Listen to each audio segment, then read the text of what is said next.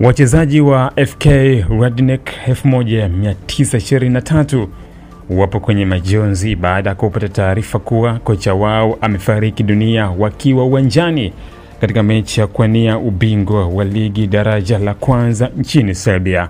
Mladen Djijovic alijeruhiwa na kupatiwa matibabu nje ya uwanja kabla ya kupelekwa hospitalini wakati FK Radnik ilipokuwa inacheza na Mladosti Lukan.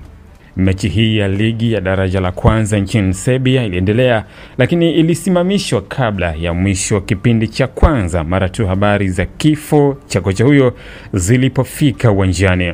Mladen Djijovic ambaye alicheza timu ya taifa ya Bosnia, ambaye alikuwa na umri wa miaka 44, aliteuliwa kuwa kocha wa FK Radnik 1923 mnamo Oktoba 23 mwaka 2025.